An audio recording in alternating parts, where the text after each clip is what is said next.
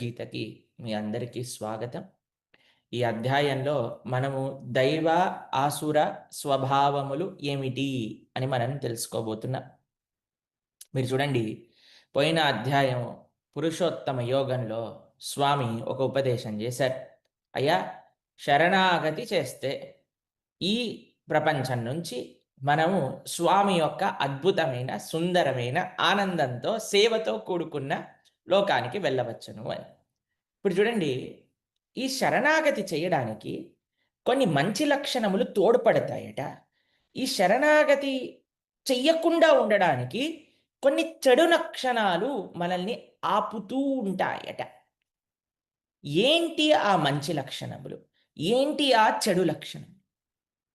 ఇప్పుడు మీరు ఇంకో విధంగా చూశారనుకోండి, నిన్న మనం చూసిన అధ్యాయంలో స్వామి ఒక అశ్వత్థ వృక్షం గురించి చెప్పారు. ఆ అశ్వత్థ వృక్షం యొక్క వేర్ల గురించి చెప్పారు. కానీ చెట్టు అంటే దాంట్లో పండ్లు కూడా ఉంటాయి కదండీ! ఇప్పుడు మీరు చూసారనుకోండి, కొన్ని కొన్ని పండ్లు మీరు పట్టుకున్నారనుకోండి, బయట నుంచి చాలా బావుంటుందండి. లోపల కూడా మీరు ఆ పైనుండే అయినా సరే బాగా కనిపిస్తుందండి. మీరు ఆ టేస్ట్ చూసేసరికి కొద్దిగా ఏదో పాడైనట్టు అనిపిస్తుంది. అప్పుడు మీరు ఆ పండుని గాని ఇలా అన్నారనుకోండి, లోపల నల్లగా అయిపోయి లోపల అన్ని పురుగులు కనిపిస్తూ ఉంటాయి. కాబట్టి పండ్లు చూడ్డానికి ఒకలాగా కనిపించొచ్చు. ఒకటే చెట్టుకొచ్చిన పండ్లు, కానీ కొన్ని పాడైపోయుండొచ్చు. అలా ఈ రోజు మనం చూసుకునే అధ్యాయము ఏంటి అంటే, దైవ అసుర స్వభావములు. మంచి లక్షణములేంటి? చెడు లక్షణాలేంటి?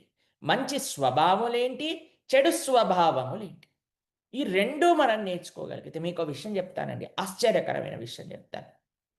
కృతయుగంలో దేవతలందరూ ఒక ప్లానెట్‌లో ఉండేవాళ్ళు. ఒక గ్రహంలో ఉండేవారట. అటు అసురులందరూ కూడా ఇంకో గ్రహంలో ఉండేవారట. ఆ గ్రహం, ఈ గ్రహం పోటీ పడుతూ ఉండేది. కానీ మీరు చూడండి, త్రేతాయుగానికొచ్చేసరికి దేవతలందరూ, మంచి వాళ్ళందరూ ఒక దేశానికొచ్చేసారు. అసురులందరూ ఒక దేశానికొచ్చారు. అందుకే భారతదేశం ఇంకా లంక అక్కడ ఫైటింగ్ అయింది. ద్వాపర యుగానికొచ్చేసరికి మీరు చూసారనుకోండి, మంచి చెడులు ఒక కుటుంబంలోకలికే వచ్చేసాయండి. ఇప్పుడు కృష్ణ భగవానుడు ఉన్నప్పుడు అటు కౌరవులు, పాండవులు ఇద్దరూ ఒకటే కురువంశానికి చెందినవారు. కానీ ఇక్కడ 5గురు మంచి వాళ్ళు, అక్కడ 100 మంది చెడువాళ్ళు. కానీ కలియుగానికొచ్చేసరికి ఏమైపోయిందట అంటే, ఒక మనిషి లోపలికే వచ్చేసాయటండి మంచి చెడులు 2 కూడా. కాబట్టి ఏంటి మంచి? మనము మన లోపల మంచి స్వభావములు ఉన్నాయి. మన లోపల చెడు స్వభావాలు కూడా ఉన్నాయి. ఫస్ట్ ఏం చేయాలి మనకి? అయ్యా, చెడు ఏంటి అని తెలుసుకోవాలి. దాని తర్వాత దాన్ని తీసివేయాలి. ప్రాబ్లమ్ ఏంటి అని తెలుసుకుంటే అప్పుడు కదండీ డయాగ్నోసిస్ చేసేది. డయాగ్నోసిస్ చేసి ప్రాబ్లమ్ ఏంటి తెలుసుకుంటే అప్పుడు కదండీ ట్రీట్మెంట్ చేసేది కదా! ఇప్పుడు మీరు చూడండి, కొంతమంది అంటారు, ప్రభుజీ కురువంశానికి చెందినవారు. కానీ ఇక్కడ 5గురు మంచివాళ్ళు, అక్కడ 100 మంది చెడువాళ్ళు. కానీ కలియుగానికొచ్చేసరికి ఏమైపోయిందట అంటే, ఒక మనిషి లోపలికే వచ్చేసాయటండి మంచి చెడులు 2 కూడా. కాబట్టి ఏంటి మంచి?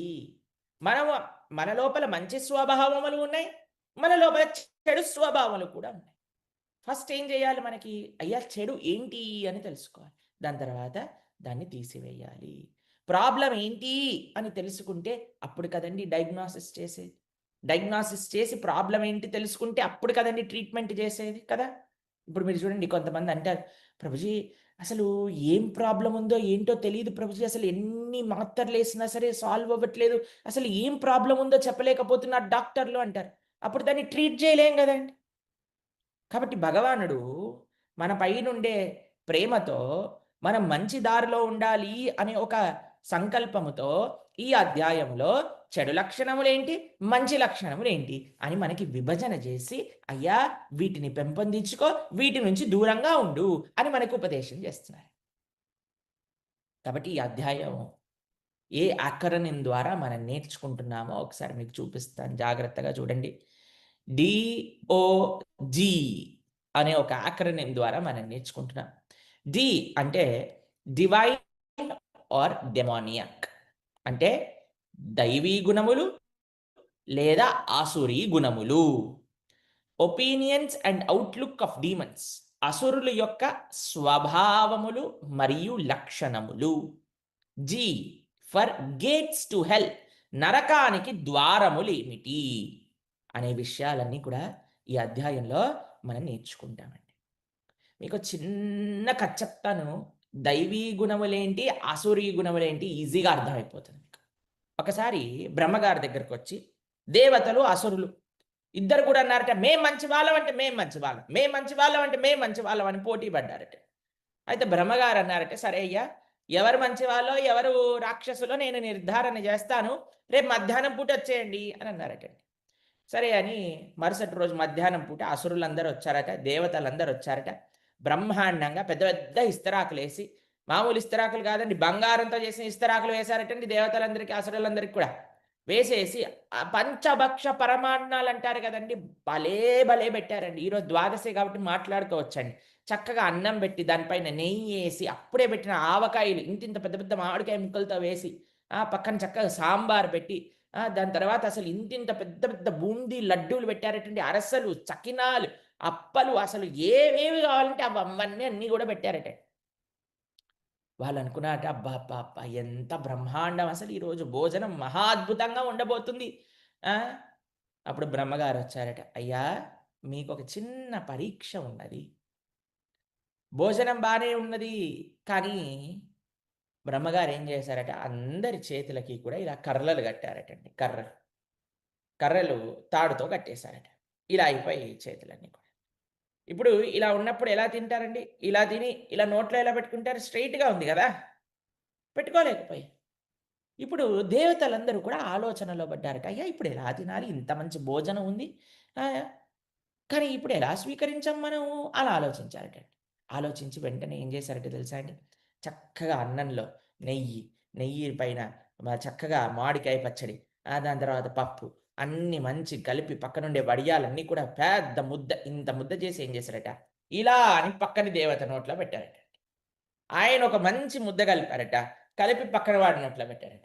ఇలా సర్కిల్‌లో అందరూ ఒకళ్ళు ఇంకొకళ్ళ నోట్లో, ఒకళ్ళు ఇంకొక నోట్లో, ఒకళ్ళు ఇంకొక నోట్లో పెట్టుకొని అందరూ బ్రహ్మాండంగా తినేసారట. లడ్డూలైతే ఇంతింత పెద్ద పెద్ద బూందీ లడ్డూలు ఇలా సాఫ్ట్‌గా అప్పుడే ఫ్రెష్‌గా చేసి చుట్టారట. కాజులన్నీ కనిపిస్తున్నాయట. ఇలాయచీ పొడి అన్నీ వితౌట్ ఆర్టిఫిషియల్ కలర్స్ బ్రహ్మాండంగా చేశారట. ఆహాహాహా! ఒక్కొక్కళ్ళు లడ్డూలు తినిపిస్తుంటే వాళ్ళు అసలు ఎంత ఆనందపడిపోయి, ఎంత తృప్తి పడిపోయారట. ఇదొక హాల్‌లో నడుస్తుంది.